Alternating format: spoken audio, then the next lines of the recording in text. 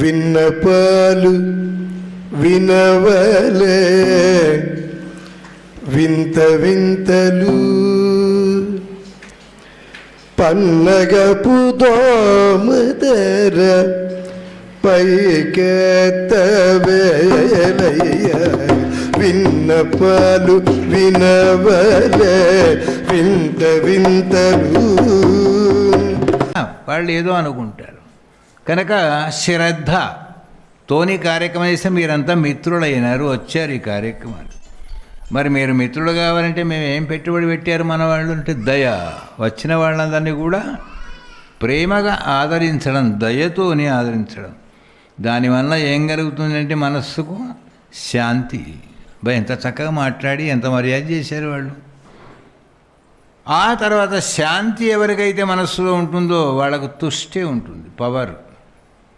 ఆ తర్వాత క్రియ, శ్రద్ధగా పనులన్నీ చేస్తుంటారు. దాని బాగా శ్రద్ధగా చేస్తే కలిగేది ఏమిటంటే ఉన్నతమైనటువంటి ఫలం వస్తుంది, ఉన్నతి. దాని తర్వాత చక్కని బుద్ధి, మేధ, ఆలోచనా శక్తిని చెప్పేవాళ్ళు దొరుకుతారు. మన యొక్క గొప్పతనాన్ని గుర్తించేవాళ్ళు దొరుకుతారు. తితీక్ష, చెడ్డ పనుల యందు లజ్జ, అంటే సిగ్గుపడవలసిన పనులు చేయకుండా ఉండడం అనేటువంటిది. ఎంత అందమైన పేర్లు పెట్టాడు దక్షుడు. అయిపోయింది, పిల్లలు పెద్దగా అయినారు, చక్కగా యుక్త వయస్సు వచ్చింది, బాగా చదువుకున్నారు. ఈ 16 మంది దివ్యమైనటువంటి యొక్క సౌందర్యమణులైనారట. అక్కడికి వీళ్లకు వివాహం చేయాలంటే నేను దక్ష ప్రజాపతిని కదా, కొంచెం పెద్దవాళ్ళు ఏం చేస్తుంటారంటే చిన్నవాళ్ళని పంపిస్తుంటారు సంబంధాలు చూడడానికి. వాళ్ళు డైరెక్ట్ పోడు. అంటే మరి ప్రజాపతి అంటే నేను వెళితే దేవతలే లేచి నిలబడాల్సినంత పెద్ద హోదా ఇది. ఎవరున్నారు మా అమ్మాయిలకు పెళ్ళిది సంబంధాలు చూడడానికి అనగానే వచ్చాడు నారాయణ అని వచ్చాడు నారద భగవాన్. దక్ష ప్రజాపతి మరి ఏదో ఆలోచనలో ఉన్నట్టుగా కనిపిస్తున్నావు అన్నాడు. ఏమీ లేదయ్యా, ఇగో మా అమ్మాయిలు యుక్త వయస్సు వచ్చింది, వాళ్ళకు వివాహం చేయాలనుకొని వరులు కోసం చూస్తున్నాను. ఓహో, మరి దేవతలు కావాలా ప్రజాపతులే కావాలా? బుద్ధిమంతులైతే దానిలో ఎవరైనా పర్వాలేదు. ఎంతమంది మీకు అమ్మాయిలు? 16 మంది. 16 మందిలో ఒక్క వరుడు మాకు నిర్ణయం అయిండు. ఎవరో తెలుసునా? మా చిన్నమ్మాయి సతీ చిన్ననాటి నుంచి కూడా శివభక్తురాలు. శివుణ్ణే ఆరాధిస్తూ ఉంటుంది కనుక ఆమెను శివునికే ఇద్దామని అనుకుంటున్నా. కానీ మిగతా వాళ్ళకు మీకెందుకు, నేను రేపటి వరకల్లా వరులను తీసుకొని వస్తాను. మరి యోగ్యమైన వరుడైతే, ఇది ఎప్పటి కథ అండి అంటే ఇప్పటి కథ కాదు, కృతయుగం నాటి కథ. యోగ్యమైన వాళ్ళు వస్తే ఇద్దరినైనా ముగ్గురినైనా ఒకళ్ళకి ఇవ్వగలుగుతా. 16 మందిలో ఒక్క సతి తప్ప 15 మందిని కూడా ఒక్కడికి ఇస్తా, అంత యోగ్యుడైన వాడు దొరికితే. తీసుకొచ్చాయట. దాని తర్వాత ధర్ముడు అని ఒక మహనీయుడు ఉన్నాడు. ఆయనకు శ్రద్ధ, మైత్రి, దయ, శాంతి, తుష్టి, పుష్టి, క్రియ, ఉన్నతి, బుద్ధి, మేధ, తితిక్ష, లజ్జ, ఈ 13 మందిని ధర్ముడికి ఇచ్చాడు దక్ష ప్రజాపతి. మరి 13 అంటే 16 మందికి ఒక ఆమెకేమో నిర్ణయమైంది, ఇంక ఇద్దరున్నారయ్యా అంటే ఇంకో వరుణ్ణి కూడా తీసుకొచ్చానయ్యా. ఈ అమ్మాయి పేరు ఏమి? ఈ అమ్మాయి పేరు స్వాహ. ఓ, ఈ స్వాహను అగ్నిహోత్రునికి ఇచ్చేస్తున్నాడు. అందుకోసమే అగ్నిహోత్రాలు హోమాలు చేసినప్పుడు ఏమంటారండి? స్వాహ స్వాహ అంటారు. మరి ఈ అమ్మాయిని ఇవో పితృదేవతలను తీసుకొచ్చాను, స్వధా. అందుకే హోమాలు చేసినప్పుడు దేవతలకు సంబంధించి స్వాహ అంటూ ఉంటారు. శ్రాద్ధాది కర్మలు చెప్పినప్పుడు పితృస్వధ, పితామహ స్వధ, ప్రపితామహ స్వధ. స్వధ అనే శబ్దం పితృదేవతలకు, స్వాహ అనే శబ్దం దేవతలకు. వివాహం అయిపోయిన తర్వాత అగ్నిహోత్రుడు వెలిగిపోతున్నాడండి. భార్య అందట, ఏమండి ఇంతమందికి ఆహుతులు తీసుకొని వెళతారు కదా, తీసుకువెళితే అందరు దేవతలు కూడా మీరు తీసుకొచ్చే ఆహుతుల కోసమే ఆశించి ఎదురు చూస్తూ ఉంటారు కదా, మరి ఏ దేవునికి హోమం చేయాలన్నా అగ్నిహోత్రుడు కావాలి. ఇంద్రాయ స్వాహ, అగ్నయే స్వాహ, యమాయ స్వాహ. మరి అంతకుముందు ఏమనేవాళ్ళో కానీ మీకు పేరైతే మీకే వస్తుందండి అంతా అన్నదట భార్య. లేదమ్మా, ఇక్కడి నుంచి ఎవరు దేనిలో ఏది వేసినా కూడా స్వాహ అంటుంటారు, నీ పేరునే చెప్తూ ఉంటారు. ఈమె పేరేమి? స్వాహ. అసలు అది వినిపెట్టుకున్నావా పేరు? నాకేం తెలియదు కానీ అందరూ నీ పేరుని స్వాహ స్వాహ అంటూ ఉంటారు యజ్ఞంలో. అందుకోసమై భర్త ఎంత గొప్పవాడైనా సంతోషం ఎవరికి ఉంటుందండి లోకంలో? భార్యకే ఉంటుంది. ఇప్పుడు మీ అందరి చేతిలో ఉన్నాయేమిటి? అసలు ఎవరి ఇల్లు లేని వాళ్ళు ఉన్నారు కానీ సెల్లు లేని వాళ్ళు ఉన్నారా? ఈ సెల్ ఫోన్ తయారు చేసింది ఎవరో తెలుసునా మీకు? గ్రామ్ బెల్జియన్ అలెగ్జాండర్ అనేవాడు తయారు చేశాడు. Belgium Alexander. ఈ ఫోన్ తయారైపోయినాక చాలా పెద్ద సభ ఏర్పాటు చేసి ఆయనకు సన్మానం చేశాడు. ఎక్కడ అంటే అమెరికా దేశంలో ఎక్కడో చేసిన తర్వాత అంత సన్మానం అంతా అయిపోయిన తర్వాత భార్య అందట్నండి, నిజంగా మీరు అదృష్టవంతులండి, మీకు ఇంత సన్మానం జరిగింది, ఏంటి పిచ్చిదానా, ఇవాడు ఒక్కనాడే నాకు సన్మానం, అందరూ నిన్నే స్మరిస్తారు రేపటి నుంచి. దాని పేరేమో తెలుసునండి, భార్య పేరు హలో. భార్య పేరు ఏమి? హలో. మరి ఇప్పుడు అందరం హలో అంటున్నామా, గ్రామ్ బెల్జియన్ అలెగ్జాండర్ అంటున్నామా? హలో. అందుకోసం భర్త ఏ గొప్పవాడైనా పేరు వచ్చేది ఎవరికి? భార్యకే. పితృదేవతలకు స్వధాదేవిని, అగ్నిహోత్రుడికి స్వాహాదేవిని ఇచ్చాడు, వివాహం చేశాడు, జరిగింది. చివరి వరకు శివునికి సతీదేవినిచ్చి వివాహం చేయడం జరిగిందట. ఆ తర్వాత వాళ్ళందరూ అత్తగారింళ్ళకు వెళ్ళిపోయారు హ్యాపీగా.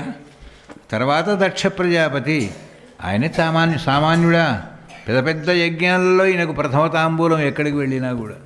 ఓ చోట ప్రజాపతులందరూ యజ్ఞం చేస్తున్నారు, పెద్ద యజ్ఞం చేస్తుంటే ఈయన అక్కడికి వెళ్ళాడు. అక్కడికి భృగు మహర్షి వచ్చాడు, భగదేవుడు వచ్చాడు, పూషాదేవుడు అనే వాళ్ళు వచ్చారు, అనేక మంది దేవతలు వచ్చారు. ఈయన రావడంతో యజ్ఞం ప్రారంభమై నడుస్తోంది. ఇప్పుడు మనం ఇక్కడ పురాణం చెప్పుకుంటున్నాం అనుకోండి, ఎవరైనా మహనీయుడు మహానుభావుడు వచ్చాడు టక్కన, అందరం ఏం చేస్తామండి? లేచి నిలబడి నమస్కారం చేస్తాం. అది సభా మర్యాద. అక్కడికి యజ్ఞం చేస్తూ ఉండగా దక్షుడు వెళ్ళాడు. అందరూ లేచి నిలబడి నమస్కారం చేశారు. కొంతమందికి ఎప్పుడు టైం దొరికితే అప్పుడు భగవంతుణ్ణి ధ్యానం చేసుకుంటూ జపం చేసుకుంటూ ఉంటారు మహానుభావులు. మీరు ఉత్తర దేశం వెళితే కనిపిస్తుంది, ఎప్పటికీ జపమాల వాళ్ళ చేతుల్లోనే ఉంటుంది. శివుడు కూడా ఎప్పుడు సమయం దొరికితే అప్పుడు ధ్యానంలోకి వెళ్ళిపోయేవాట. మామగారు వచ్చారు, ఎవరు? దక్షుడు. అందరు లేచి నిలబడ్డారు కానీ ఇద్దరు లేచి నిలబడలేదట. బ్రహ్మదేవుడు, ఎందుకంటే బ్రహ్మదేవుని కుమారుడే ఈ దక్షుడు. ఆయన తొడలోంచి దేహం నుంచి పుట్టినవాడు. ఆ తర్వాత మరి శివుడు, ఈయన ధ్యానంలో ఉన్నాడు, కళ్ళు మూసుకున్నాట. కానీ ఎవ్వరు కూడా ఈయన ఎవ్వరినీ ఏమనలేదండి. దక్షుడు ఓ రౌండ్ వేసాడు, వచ్చినాడు, కూర్చున్నాడు. అందరూ లేచి నమస్కారం చేసినాక కొంతమంది అనవసరం మాటలు మాట్లాడే వాళ్ళు ఉంటారండి. సభలలో కానీ, పెళ్ళిళ్ళల్లో కానీ, శుభకార్యాల్లో కానీ, యజ్ఞాలలో కానీ వాళ్ళకేం పని ఉండదు కానీ ఏదో ఒకటి చెప్తుంటారు. దక్ష ప్రజాపతి, చూచావా, నువ్వు రాగానే అందరూ లేచి నిలబడ్డారు. ఏమోనయా వాళ్ళ యొక్క భక్తి, గౌరవం, మర్యాద. అందరు లేచారు కానీ మీ అల్లుడు లేచి నిలబడ్డా. ఎందుకంటే ఈ మాట అనడం? మా అల్లుడు ఏదో జపం చేసుకుంటున్నాడయ్యా, అందుకోసం జపం చేసుకుంటే మాత్రం నువ్వు రాగానే అందరూ ఏమన్నారు? ప్రజాపతికి జై అన్నారా లేదా? అన్నారండి. మరి అన్నప్పుడు ఆయనకు విని రాలేదా? వినవచ్చింది. మరి కళ్ళు తెరిచాడా? చూచాడా? పోనీయవా? కాదు, ఇట్లాంటి పోనీయవద్దు, నిలదీసి అడగాలి. అంటే కోపం లేని వానికి కూడా కోపం తెప్పించే మాటలు మాట్లాడేటువంటి మనుషులు ఉంటారు. వివాహాలలో కూడా అంతేనండి. ఏమండి మీ ఏం పాలు, చాయో పాలో పోసిందా? పోసింది, చాలా బాగుంది చక్కెర, అవి బాగు, నవ్విందా కనీసం? ఏ నవ్వు రాలేదేమో, నవ్వలేదా, నవ్వకుండా వస్తుందా? ఇట్లా తాగినావు నువ్వు అసలు? అయిపోయి ఎక్కడి నుంచో ఎక్కడనో ఏ మూలకో ఉన్నటువంటి యొక్క కోపాన్ని కాస్త పైకి తీసుకురావడం జరిగింది. ఇక్కడ దక్షుని పరిస్థితి కూడా అంతే. దాని తర్వాత దక్షుడు పోనీ పోనీ అన్నవాడల్లా ఆ మాటలన్నీ విని విని అన్నట, అయ్యా అందరి అల్లుళ్ళ లాంటి వాడు అనుకుంటున్నారా మా అల్లుడు? మా అల్లుడికి ఏమన్నా తల దూసుకోవడం తెలుసా? మంచి పట్టు వస్త్రాలు కట్టుకోవడం తెలుసా? లేదా ఆభరణాలు పెట్టుకోవడం తెలుసా? పెద్ద నాగరికుడిగా ఉండడం తెలుసా? అంటే అక్కడ కొంతమంది వేదాంతులు ఉన్నారట. ఆహా, తెలుసా తెలుసా అంటున్నాడు కానీ దక్షుడు ఒక రకంగా పరమశివుణ్ణి స్తుతిస్తున్నట్టే లెక్క. ఏ వస్త్రాలు కట్టుకున్నా కూడా వాటిని శుద్ధి చేయవలసి వస్తుంది. కానీ ఆయన పెట్టుకున్నటువంటి గజ చర్మాంబరధరుడు శివుడు ఒక భక్తుణ్ణే వస్త్రంగా చేసి కట్టుకున్న మహనీయుడు ఆయనే. అందుకోసం ఆయన వేసుకున్న ఆభరణాలకు ఏమన్నా రక్షణ అవసరమా? మనం వేసుకున్న ఆభరణాలకు రక్షణ అవసరం అండి. రాత్రి పడుకోంగా చేతులు పెట్టుకొని పండాలి, ఎందుకు లేకపోతే ఎవడైనా ఎత్తుకపోతాడు. మరి శివుడు వేసుకున్న ఆభరణాలకు రక్షణ అవసరమా? ఎవరైనా దొంగలు వచ్చి పట్టుకుంటారా వాటిని? అవి ఏమి ఆభరణాలు? ముట్టంగానే వస్తు అంటే. అందుకే చమత్కారంగా మహావిష్ణువుతో అంటాడట శివుడు, నారాయణమూర్తి నీ నగలేమో పెట్టెలో ఉంటాయ్యా, నీ నగలు పెట్టెలో ఉంటాయి, కానీ నా నగలు ఎక్కడ ఉంటాయి? ఎరికిన పుట్టలో ఉంటాయి. అందుకోసం ఈ నీ నగలను పట్టుకునేవాడు వస్తే రావచ్చు, కానీ నా నగలను ముట్టేవాడు మాత్రం రానే రాడు. వాడు నాకే నగలు కావాలి, నీవేమో నీ నగలకు నువ్వు కావాలి అన్నట చమత్కారంగా. ఆయనకి ఏం తెలుసు కనుక? ఏమన్నా శిరోజాల సంస్కారం తెలుసా అంటే ఎంత టైం వేస్ట్ చేస్తున్నామండి జీవితంలో మనం. అందుకే మహానుభావులు ఋషులు యోగులంతా వాళ్ళు ఏమన్నా శిరో సంస్కారం చేసుకుంటారు. ఆ జడలు గట్టి ఉంటాయి మహానుభావులకు వెంట్రుక. మనం అన్నిటికంటే శరీరంలో దేన్ని ఎక్కువ ప్రేమిస్తామండి? తలను, పళ్ళను. తోమి తోమి తోమి తోమి వాళ్ళ పళ్ళ కంటే నా పండ్లు తెల్లగా ఉండాలి. పండ్లేమో తెల్లగా ఉండాలి, వెంట్రుకలేమో నల్లగా ఉండాలి, పెదవులేమో ఎర్రగా ఉండాలి. ఇవన్నీ పెద్ద పెద్ద రంగులు ఏమిటండి ఇది? ఒకవేళ పండ్లు లేకున్నా బ్రతకొచ్చు లోకంలో, వెంట్రుకలు లేకున్నా కూడా బ్రతకొచ్చు. వాటిని దూసి దూసి దూసి ఎంత టైం వేస్ట్ చేస్తున్నావు వాటికి, పండ్లకు. కానీ ఏవి లేకపోతే బతకమండి అంటే కళ్ళు లేకపోతే జీవనం చాలా కష్టం. ఇన్నిటికీ ఇన్ని సంస్కారాలు చేసేవాళ్ళు ఉన్నారే కానీ కళ్ళకెవరైనా సబ్బు పెట్టి కడిగేవాళ్ళు ఉన్నారా? వాటిని శుద్ధి చేసేవాళ్ళు ఉన్నారా? సర్వేంద్రియాణం నయనం ప్రధానం. కారణం ఏమిటంటే ఏ శరీరంలో ఎక్కడ ఏ అవయవానికి నొప్పి కలిగినా ఏడ్చేది ఏమిటి?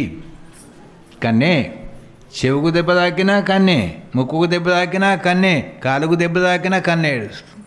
మరి కన్నుకు దెబ్బ తాకితే ఇవన్నీ ఏడుస్తాయి వేరే? మళ్ళా కన్నే ఏడవాలి. మరి కన్ను ఎటువంటిదట అంటే భగవంతుని అటువంటిదట. గురువు గారు అసంటిది కన్ను. గురువుతోని పోలుస్తారు నేత్రాన్ని. ఎవరికి ఏ బాధ కలిగినా కూడా బాధపడేవాడు ఆచార్యుడు, భగవంతుడు. అందుకోసం ఈ మాటలన్నీ మాట్లాడుతుంటే కొంతమంది ప్రోత్సహిస్తూ ఉంటారని, తిట్టేటప్పుడు, కొట్లాడేటప్పుడు ఇంకా తిట్టు. ఆ ప్రోత్సహించే వాళ్ళల్లో ఆయన ఉన్నట, భృగు మహర్షి. మీసాలు దిద్దుతున్నాడు ఆయన. భగదేవుడు అనేవాడు ఉన్నట. ఆయన కళ్ళతోనూ సైగ చేస్తున్నాడు, బాగా తిడుతున్నావు ఇంకా తిట్టు. ఇంకోడు పూషాదేవుడు ఉన్నాడట, వాడికి పెద్ద పెద్ద పళ్ళు ఉన్నాయి, వాడు ఎగిలించుకుంటూ ఇంకా ఆ పళ్ళను చూపించుకుంటూ ప్రోత్సహిస్తున్నాడట. ఇది తప్పు కాదా? ఈశ్వర దూషణ అంటారు. ఎవరెన్ని తిట్టినా ఆయన ఏం పట్టించుకోవడం లేదు. శివుడు హాయిగా కళ్ళు మూసుకున్నాడు, ఆయన ధ్యానంలో ఆయన ఉన్నాడు. ఏదో యజ్ఞం అయిపోయింది, ప్రసాదం తీస్తున్నాడు. వస్తుంటే ఓ ఇద్దరు వెంటబడ్డారట. చూసావా మీ అల్లుడు లేవలేదు. పోనీయవయ్యా, అక్కడ సన్నివేశం అయిపోయింది, సమయము అయిపోయింది, యజ్ఞము అయిపోయింది, మళ్ళీ ఇంకా అది ఎందుకు? అట్ట కాదు, ఇలాంటి వాళ్ళని వదిలిపెట్టవద్దు. మరి ఏం చేయమంటావు? నువ్వు కూడా ఒక పెద్ద యజ్ఞం చేయి. మీ అల్లుడిని తప్ప అందరిని విలు. ఇది సలహానండి ఇచ్చేది. అయితే వీనికి ఏమైపోయింది, మంచి దక్షునికి దక్షత కలిగిన వాడే, మంచివాడే, కానీ చెప్పుడు మాటలు వినకూడదు అని చెప్తోంది శ్రీమద్ భాగవతం. అందుకే ఈ కథ. సర్వేషాం అవిరోధీన పూజాకర్మ సమాధిన. చేసేది పూజా పునస్కారాలు, వ్రతాలు చేసినప్పుడు ఆ వ్రతంలో ఒకళ్ళ మీద ప్రేమ కానీ ఇంకోళ్ళ మీద ద్వేషం కానీ పెట్టుకొని చేసినటువంటి ఒక కార్యక్రమాలు ఏవి కూడా సఫలీకృతం కావు అనేటువంటిది చెప్పేటువంటి నీతి దక్షయకి. ఇంకేముంది, అద్భుతమైనటువంటి ఒక యాగాన్ని సంకల్పించాట. దానికి టైటిల్ ఏం పెట్టుకోవాలి? ఇది మన ఏం యజ్ఞం అండి? ఇది శ్రీమద్ భాగవత జ్ఞానయజ్ఞం. భాగవతాన్ని ముందు పెట్టుకొని చెప్తున్నారు. ఇంకోళ్ళు రామయజ్ఞం చేస్తారు, ఇంకోళ్ళు శివయజ్ఞం చేస్తారు, ఇంకోళ్ళు. ఈ దక్షుడు ఏం చేశాట అంటే వాళ్ళు చెప్పిన మాటలు విని విని విని తలంతా పాడైపోయి దక్షయజ్ఞం అనే పేరు పెట్టాడు దానికి టైటిల్. ఎవరైనా పెట్టుకుంటారండి వాళ్ళ పేరు వాళ్ళు? అయితే ఎంత ఉంది అది అంటే, ఎంత అడ్వర్టైజ్మెంట్ అయిపోయిందంటే యజ్ఞం భూలోక భువర్లోక సువర్లోక మహర్లోక జనోలోక తపోలోక సత్యలోక అన్ని లోకాలకు దక్షయజ్ఞం దక్షయజ్ఞం దక్షయజ్ఞం చాలా ప్రచారం అయిపోయింది. అందరికీ తెలుసు. ఎవ్వరు ఎక్కడి నుంచి వెళ్ళాలన్నా, ఏ లోకం నుంచి భూలోకానికి రావాలన్నా కైలాసం నుంచే రావాలి. అది సెంటర్ పాయింట్. అందరికీ అన్ని రకాలైనటువంటి ఆహ్వానాలు పోయినాయి. దేవతలందరూ, యక్షులు, గరుడులు, గంధర్వులు, సురాసులు, కిన్నర, కింపుర, సిద్ధ, సాధ్య, విద్యాధరులంతా వస్తున్నారు. కైలాసానికి మాత్రం పత్రిక పోలేదు. సతీదేవి చూస్తుందట, అమ్మాయిలకు ఎంత కోటీశ్వరులు అత్తగారున్నా, ఎంత పేదవాళ్ళు తల్లిగారున్నా, తల్లిగారింటికి పోవడం అంటే చాలా ప్రేమ ఉంటుంది ఆడపిల్లలకు. మా నాన్నగారు పంపకపాయ పత్రిక అనుకుందట. అందరూ దక్షయజ్ఞం దక్షయజ్ఞం అని అనేకమైనటువంటి ఆభరణాలు ధరించి విమానాలలో రకరకాలైన అందమైన వస్త్రాలు అలంకారాలు చేసుకొని వెళ్ళిపోతుంటే, నేను కూడా వెళితే చేసేది మా నాన్నగారే కదా యజ్ఞం, వెళ్ళాలి అనుకుంది. శివుడు ఏం మాట్లాడలేదండి. నాకు టైం దొరికినప్పుడల్లా జపానుష్ఠానం చేస్తుంటాడు. ఏమండి మరి మా నాన్నగారు యజ్ఞం సంకల్పించారట. అవునట, నేను కూడా విన్నాను. మరి మనకు పత్రిక వచ్చిందా అని అడిగాడు. పత్రిక పంపలేదు, జ్ఞాపకం లేదేమో. జ్ఞాపకం లేకపోవడం ఏమిటి? నేను సామాన్యుడు, నేను అల్లుణ్ణి. మామూలు వాళ్ళకు పంపకున్నా పర్వాలేదు, కానీ ఓ పెళ్లి చేస్తే కొడుకు కోడలు రాలేదు అంటే వాళ్ళకి ఏదైనా పని ఉండి రాలేదేమో అనుకుంటారు, కానీ బిడ్డ అల్లుడు రాలేదంటే ఎంతమంది మాట్లాడుకుంటారు ఆ విషయం గురించి? అయినా స్వామి ఇంకో చిన్న విషయం చెప్తా. యజ్ఞానికైనా, యుద్ధానికైనా, మరణానికైనా పిలవకుండానే పోవాలని శాస్త్రం కదా. మరి దేనికి పిలిస్తే పోవాలి? పెళ్ళికి పేరంటానికి మాత్రం 3 సార్లు పిలవాలండి మర్యాద. ఇప్పుడే 3 సార్లు కాదు, ఒక్కసారి కూడా పిలుస్తున్నారు. ఆ వాట్సాప్లో పెడుతున్నారు, మీ ఇష్టం ఉంటే రండి లేకపోతే లేదంట. కానీ పూర్వంలో అట్లా కాదు, వెళ్ళి చెప్పి రావాలి ఒకటి, రెండోసారి వెళ్ళి బొట్టు పెట్టి రావాలి, మూడోసారి వెళ్ళి వాళ్ళకైనా కట్నం పెట్టి మళ్ళీ పిలవాలి. 3 సార్లు పిలిస్తేనే పోవాలి పెళ్ళికి. కానీ యజ్ఞానికి యజ్ఞం అని తెలిస్తే చాలు, అక్కడ వెళ్ళిపోవాలి. యుద్ధం, ఎక్కడో యుద్ధం అవుతుందట అంటే మనకు తోచినటువంటి యొక్క ఆయుధమో ఏదో పట్టుకొని వెళ్ళి యుద్ధం చేసి దేశ స్వాతంత్రాన్ని కాపాడాలి. అటగే మరణం, ఎవరైనా పోయినరో అని తెలిస్తేనే పోవాలండి. వెంటనే వాళ్ళు పిలవాల్సిన అవసరం లేదు. కానీ ఇప్పుడు కొంచెం అది ఉల్టా అయిపోయి యజ్ఞాలు యాగాలంటే వెళ్ళడం తక్కువైపోయింది. పెళ్ళిళ్ళు పేరింటారంటే పిలిచినా పిలవకున్నా ఏదో బఫ్ సిస్టమ్ కోసం వెళుతున్నారు, తిని వస్తున్నారు. కానీ ఇక్కడ ఎవరు రాకున్నా, ఎవరిని పిలిచినా పిలవకున్నా పర్వాలేదు, కానీ ఇంటి అల్లుణ్ణి కదా, నేను ఊరికే పిలవకుండా పోతే ఎట్లా ఉంటుంది? సర్వేశ్వరుడైన శివునికి తెలియని విషయం ఏముందండి ప్రపంచంలో? రేపే యజ్ఞం ప్రారంభం అనుకున్నాడు పరమేశ్వరుడు. ఈమె ఎట్టి పరిస్థితిలో తల్లిగారింటి మీద ఉండేటువంటి ప్రేమ వాత్సల్యం చేత పోకుండా ఉండలేదు. కానీ అక్కడ జరిగేటువంటి పర్యవసానం ఏమిటో ఈయనకు తెలుసు శివునికి. కనుక ఈమెకి ఎలాంటి లోపం లేకుండా నంది, భృంగి, శృంగి మొదలుగా గల వాళ్ళందరినీ కూడా పరిచారకులందరినీ ఏర్పాటు చేసి ఆమె కట్టుకునే వస్త్రాలు, అక్కడ పెట్టుకునే ఆభరణాలు, చేసే భోజనాలన్నీ ఇక్కడి నుంచే సిద్ధం చేశాట శివుడు. ఈమె ముఖద్వారందాక వెళుతోంది, వస్తోంది. స్వామి ఏం కావాలి? రేపే యజ్ఞం అండి. నిజమే, మరి మనకు ఆహ్వానంగా మీకు ఒకవేళ ఏదైనా పని ఉంటే నేను వెళ్ళొస్తానండి. సరే వెళ్ళు అన్నాడు. ఎవరైనా కూడా ఇంటికి చుట్టాలు వస్తే ఏమన్నారండి? వెళ్ళొస్తామండి అంటే వెళ్ళి రండి అనాలి, కానీ ఆ మాట అనలేదు శివుడు. వెళ్ళు అన్నాడు. పరివారం అంతా ఇచ్చాడు, పంపించాడు. ఏమి యజ్ఞం అండి అది? నిజంగా వర్ణిస్తే దక్షయజ్ఞ వర్ణన భాగవతంలో చాలా గొప్పగా ఉంది. ఆ వర్ణిస్తున్న యజ్ఞంలో అద్భుతమైనటువంటి యొక్క వేదాంగ పాఠకులందరూ కూడా వచ్చి వేద ఘోష చేస్తూ ఉంటే మేఘాలను అంటుతూ ఉన్నాయట ఆ వేదమంత్రాల యొక్క ధ్వని. ఇంత లోపల ఎవడో పరిచారకుడు వచ్చాడు. మహారాజా దక్ష ప్రజాపతి, మీ చిన్న కుమార్తె అయినటువంటి యొక్క సతీదేవి వస్తోందండి అన్నాడు. ఓ, ఆమెను ఎవరు పిలిచారు అసలు రావడానికి? అయిపోయింది. ఇక్కడికి వెళ్ళాడు ప్రసూతి, ఎవరు? దక్షుని యొక్క భార్య. ప్రసూతి పిలిచాడు. నీ చిన్న ముద్దుల కూతురు వస్తోందట. అలాగండి కదా, ఆమెతో మాట్లాడావనుకో, చూసావనుకో, నవ్వావనుకో, నీకు నాకు సంబంధం. అదేమిటండి అమ్మాయి లేదు, ఏమి లేదు, అంతే. అల్లుడే మనవాడు కానప్పుడు అమ్మాయి ఎట్లవుతుంది మన అమ్మాయి? స్వామి ఇదేమి వైరుధ్యం? నేను చెప్తున్నానంతే. మిగతా పిల్లల్ని పిలిచాడు. మీరందరూ రండి, మీ చిన్న చెల్లె వస్తుందట. ఆమెతోని ఎవరైనా మాట్లాడినా, ఎవరైనా కూడా నవ్వినా మీరు మళ్ళీ మా ఇంటికి రారు. మాకేంటి నాన్నగారు, మీరు చెప్పినట్టే వింటాం మీ ఇంటికి వచ్చినప్పుడు. ఋత్వికులారా, ఉద్ఘాత, హోత, అధ్వర్య, ఆచార్య, మా చిన్నమ్మాయి వస్తుంది, కనీసం యాగశాల లోపలికి ప్రవేశపెట్టేదైనా ప్రసాదాలు అట్లాంటివి ఇచ్చారు సుమా. మాకేం పనండి, ఇవ్వం. వచ్చింది. ఏ పిల్లలు వచ్చినా మొదలు ఎవరి దగ్గరికి వెళతారండి? ప్రపంచంలో తల్లి దగ్గరికి వెళతారు.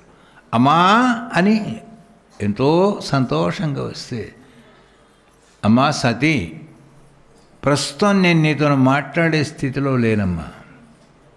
అదేంటమ్మా, నేనేం చేశాను? నువ్వేం చేసావో చేయలేదు, కానీ మీ నాన్నగారి యొక్క ఆజ్ఞ లేదు నీతో మాట్లాడడానికి. కావాల్సి నీకు ఇష్టం ఉంటే ఆ యజ్ఞం ఏదో పందిళ్ళు ఇందులో చూసి మళ్ళీ చప్పన వెళ్ళిపోతాలి. అక్కయ్యల దగ్గరికి పోయిందట. అక్కయ్యలు లేరు, చెల్లెళ్ళు లేరమ్మా, ఇది యజ్ఞం ఇక్కడ జరుగుతోంది, నువ్వో ప్రదర్శన చేసి వెళితే వెళ్ళు. తెలిసిపోయిందండి సతీదేవికి. అంటే నా స్థితి, నా గతి ఇక్కడ ఏముంది అనేటువంటి విషయం తెలిసింది, కానీ దీన్ని ఓర్చుకుంటాను, నాకేం పర్వాలేదు. కానీ ఆహ్వానం లేకుండా అనాహూయేన గమనం అప్రత్య పరిభాషం స్వస్థితిం పరనింజాత చత్వారం అవరక్షణమని. నేను మా ఇంటికి వెళ్ళినాక ప్రభువు మా శివునితోని అక్కడికి వెళ్ళి ఇంత ప్రసాదం పెట్టేటట్లు లేదు, ఇక్కడేం పెట్టేటట్లు లేరు వాళ్ళు. కనీసం మాట, కనీసం ఏదైనా పువ్వు, ఓ పండు. అక్కడికి వెళ్ళిన తర్వాత మీ తల్లిగారింట్లో మర్యాద నీకు బాగానే జరిగిందట కదా అని ఓ మాట అన్నాడు అనుకోండి, అసలు నేను భూమి మీద బ్రతకగలుగుతానా? ఇక ఇక్కడ పరిస్థితి ఇట్లా ఉంది. చూసింది యాగశాల దగ్గరికి వెళితే, అమ్మా ప్రసాదాలు వగైరా నీ వరకు రాకుండా జాగ్రత్తగా చూసుకోమన్నాడు మీ నాన్న దక్షుడు. నమస్కారం చేసుకోవచ్చా అండి? నమస్కారం అక్కడికి వెళ్ళి దూరం చేసుకో. అర్థమైపోయింది. ఈమె వెంబడి శివగణాలు కూడా ఉన్నారు. శివగణాన్ని కూడా దూషించారట. అక్కడ ఉన్నటువంటి ఒక భృగు మహర్షి, భగదేవుడు, పూషాదేవుడు, వీళ్ళంతా. వీళ్ళు ఏం చేశారంటే, మా శివుణ్ణి దూషిస్తావా అని చెప్పి కొంచెం వీళ్ళు కూడా విజృంభించారు. వీళ్లకు యుద్ధం కూడా జరిగిందట. అప్పుడు ఆ దక్షుడు అన్నట, ఏమయ్యా మీరు యాగం కూడా వచ్చారా, యుద్ధం చేయవచ్చారా, ఇక్కడికి వెళ్ళిపోండి. శివగణ దూషణ కూడా జరిగింది. ఇక నేనేం చేస్తా అంటే, పాపం కొంతమంది దయాళువులైన ముత్తేదులు అన్నాడు. పాపం చిన్నపిల్ల తండ్రి మీద ప్రేమ పెట్టుకొని ఇక్కడ దాకా వస్తే ఆమెకు అవమానం జరిగిపోయి అనుకుంటుంటే వీళ్ళ మాటలు వినలేక వాళ్ళ మాటలు వినలేక ఆదరణ లేక చివరి వరకు యజ్ఞశాలకు తూర్పు భాగానికి వెళ్ళి ప్రాణాయామం చేసి తన లోపల ఉండే అగ్నిహోత్రాన్ని పేల్చుకొని తన యొక్క శరీరాన్ని భస్మం చేసుకున్నదట సతీదేవి. చూచారట, ఎంతటి కన్న తండ్రి అయినా తల్లి అయినా కూతురు మీద ఇంత ఈమాత్రం ప్రేమానురాగాలు లేకుండా ఏమి యజ్ఞం ఇది, ఏమి యాగం ఇది. అందుకే నిరీశ్వర యాగం పనికిరాదు అని చెప్తాడు శాస్త్రాలు. కైలాసానికి వెళ్ళిపోయారు అందరూ. అక్కడ కూర్చున్నాడు మహానుభావుడు పరమేశ్వరుడు తపస్సు చేసుకుంటూ ఉంటే, పరమేశ్వర ఇలా జరిగింది అని చెప్పాడు. ఏం జరిగింది? సతీదేవి ఆత్మాహుతి చేసుకుంది. అయ్యయ్యో, ఏం చేస్తాం గనక మనం? విధి విలాసం అన్నాడు అంతే. అదొక్కటే కాదు, పరమేశ్వర శివగణాన్ని కూడా అవమానించారు వాళ్ళు, శివభక్తుల్ని అవమానించారు. మన వాళ్ళందరినీ కూడా రకరకాల మాటలతోనే హింసించారు. అంటే కోపానికి వచ్చేటప్పుడు, అంటే భగవంతుడు భక్తులను కోపగిస్తేనే ఆయన కోపం వస్తుంది, కానీ తననెవరేమన్నా కూడా ఏ కోపం రాదు అనే విషయం అర్థమవుతుంది ఇక్కడ. అట్లాగా అయితే కోపానికి వచ్చాయట, ఒక జటాజూటం తీసాడు, నేలకు కొట్టాడు. అద్భుతమైనటువంటి యొక్క పర్వతాకార స్వరూపుడైనటువంటి యొక్క ఒక మహాపురుషుడు పుట్టాడు. అతని పేరే వీరభద్రుడు అనే పేరుతోను పుట్టాయట. పరమేశ్వర, నన్ను పిలిపించిన కారణం ఏమిటి అంటే, వీరభద్ర అనేక మంది శివభక్తుల్ని, శివదాసుల్ని, శివగణాల్ని రకరకాలుగా అవమానించాట దక్షుడు. అందుకోసం వాడి యజ్ఞాన్ని విధ్వంసం చేసి రమ్మని పంపించాడండి. వెళ్ళాడు. ఈమె వెళ్ళిన తర్వాత జరిగింది ఏమిటి? అక్కడికి వెళ్ళిన తర్వాత ఆయన ఆయుధం పట్టుకొని వచ్చాడు వీరభద్రుని మీద. కానీ వీరభద్రుని యొక్క శక్తి ముందు దక్షుని శక్తి ఎంత, ఎవడురా ఇక్కడ దక్షుడు అన్నాడు. నేనే. అయితే మా శివుణ్ణి పరిహాసం చేసినప్పుడు నువ్వు నవ్వినవట కదా, పూషాదేవా నీవేనా? నేనేనండి, నా పేరు పూషాదేవుడు. ఇది ఒకసారి నవ్వు, మళ్ళీ ఎట్లా నవ్వాట, పండ్లు పీకేసాడట. ఆ పళ్ళతోనే నవ్వినావు కదా నువ్వు, కళ్ళతోనే సైగ చేసావట నువ్వు, కళ్ళు పీకేశాడు. భాగదేవుడు మీసారు దుబ్బినావట కదా భృగు మహర్షి, నువ్వేనా? నేనే. పీకేశాడు మీసారు. చివరి వరకు దక్షుడి దగ్గరికి వచ్చి దక్షుని చేతిలో తీసుకొని తలకాయని గిరగిరా తింపి విరిచి అవతల పడేస్తే అది లోకాలోక పర్వతాల అవతల పోయి పడదటండి తలకాయ. కుండాలు పగులగొట్టారు, బీభత్సం జరిగిపోయింది. బ్రహ్మాది దేవతలు కైలాసానికి వెళ్ళారు. శివ, మనము త్రిమూర్తులము, యజ్ఞ సంరక్షకులు. మరి నీ వల్లనే యజ్ఞం ఇలా అయిందట అని లోకాలని చెప్పుకుంటూ ఉంటే ఏం బాగుంటుంది? భక్తులను దూషించారు కనుక భగవంతుడు ఎంతనో అంతకంటే గొప్పవాళ్ళు భక్తులు సుమాని నిరూపించడానికే ఈ కార్యనిర్వహణ చేసావు. బాగానే ఉంది, కానీ నలుగురు చెప్పుకునే పద్ధతి ఎట్లా ఉండదయ్యా. మరి ఏం చేద్దాం ఇప్పుడు? మళ్ళీ యజ్ఞాన్ని సుసంపన్నం చేసి వద్దామని త్రిమూర్తులు బయలుదేరినారట. వాళ్ళ పాదం పెట్టగానే ఆ యజ్ఞశాల పచ్చ తోరణాలతోని, వేద మంత్రాలతోని, అగ్నిహోత్రాలతోని మళ్ళీ సుసంపన్నమైందట. అద్భుతమైనటువంటి యొక్క యజ్ఞం పరిపూర్ణంగా వచ్చిన తర్వాత మరి యజ్ఞం ఎవడైతే మొదలుపెట్టినాడో వాడు లేకపోతే పూర్ణావతి చేయకూడదు. భగదేవుడు వచ్చాట, అయ్యా నా కళ్ళు వీకేశాడు ఆ వీరభద్రుడు. ఎందుకు వీకేశాడు? తప్పు చేశానండి, శివదూషణ చేసేటప్పుడు కళ్ళతో సైగ చేశాను. బ్రహ్మదేవ, రాంగేమన్నా కళ్ళు పట్టుకొచ్చావు, నాకేం పని అంటే కళ్ళు పట్టుకురావడానికి? మీ తిరిగి నేను వచ్చాను, 2 కళ్ళు పెట్టు ఆయనకు. పాపం ఏదో చేసి పెడితే ఏమైపోయినాయట అంటే అవి చిన్న కళ్ళు అయినాయట. తమాషాగా చెప్తారు ఇది. మరి ఆ కళ్ళు ఏ దేశస్తులకు ఉన్నాయటంటే జపాన్ వాళ్ళకు చిన్న కళ్ళు ఉంటాయండి. మరి వాళ్ళు కూడా వచ్చిందేమో యాగానికి అప్పుడు. అందుకోసం ఈ పూషాదేవుడు పండ్లు గిలించినాడు కనుక వాడు, అయ్యా నా పండ్లు పోయినాయి. సరే రైట్. బ్రహ్మదేవ 2 పండ్లు పెట్టాడు, మున్నయ్య పెట్టాడు. అక్కడ పెద్ద పెద్ద పండ్లు ఎవరికి ఉంటాయండి ప్రపంచంలో? ఆఫ్రికా వాళ్ళు. ఆ తర్వాత మీసాలు దిద్దినాడు గనక భృగ మహర్షి మీసాలను కత్తిరిస్తే మళ్ళీ మొలుస్తాయి, కానీ పీకేస్తే ఇక మళ్ళీ ఎక్కడ వస్తాయి కనుక. ఎట్లనయ్యా బ్రహ్మ అంటే ఇటో మీసం పెట్టాడు. ఈ కొసలకు ఉంటాయండి కొందరికి మీసాలు, చైనా వాళ్ళకు. యజ్ఞం సుసంపన్నం అయింది. మరి వీడేడి మొండెం ఉంది కానీ తల లేదండి.